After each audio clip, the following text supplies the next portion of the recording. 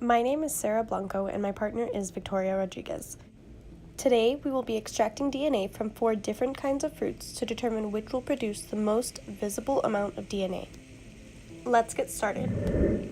Our materials include coffee filters, a measuring cup, buffer solution, isopropyl alcohol, clean test tubes and beakers, paper towels, filters, Ziploc bags, and pipettes. Our independent variable would be the 4 different types of fruits, and our dependent variable would be the DNA produced.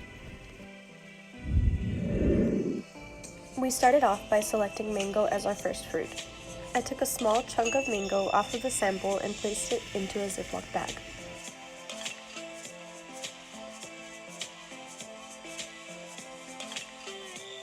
Then I measured out 10 milliliters of DNA extraction buffer. The buffer is made of 1,000 milliliters of deionized water, 50 milliliters of dishwashing detergent, and 1 teaspoon of salt. I poured this over the sample of mango and made sure to seal the bag tightly.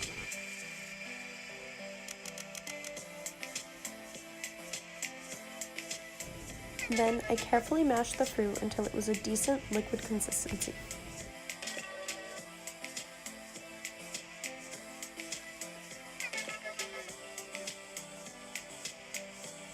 Next, I placed a coffee filter into a clean beaker.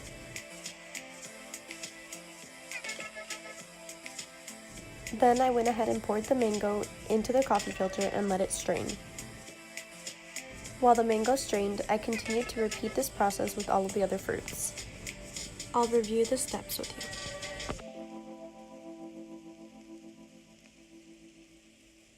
you.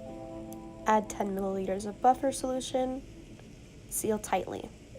Mash the sample until it is liquid form, and then place the coffee filter into a clean beaker.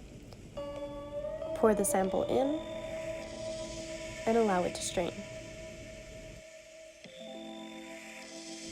Once again, I repeated the same steps with the grape.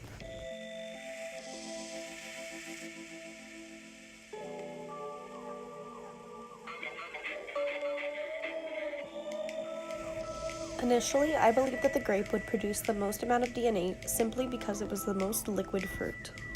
It was also the easiest to mash, and it strained very quickly.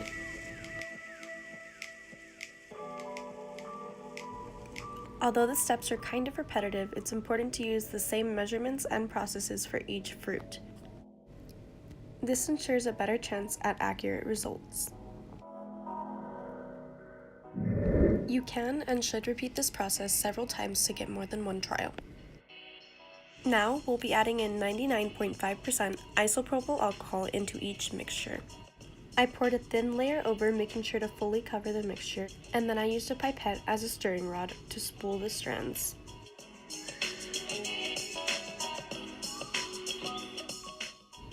I repeated the same process with each of the other fruits.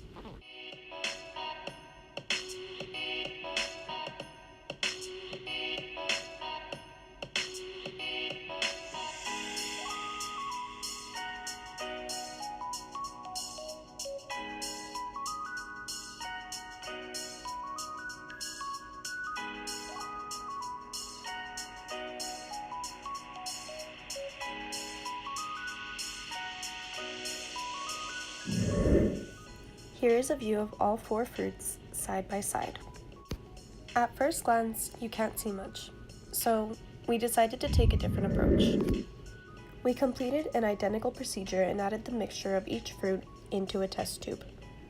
Then we once again poured 99.5% isopropyl alcohol over the top. This process did yield a smaller amount of DNA, but it stood as a second trial and allowed for a more visible representation.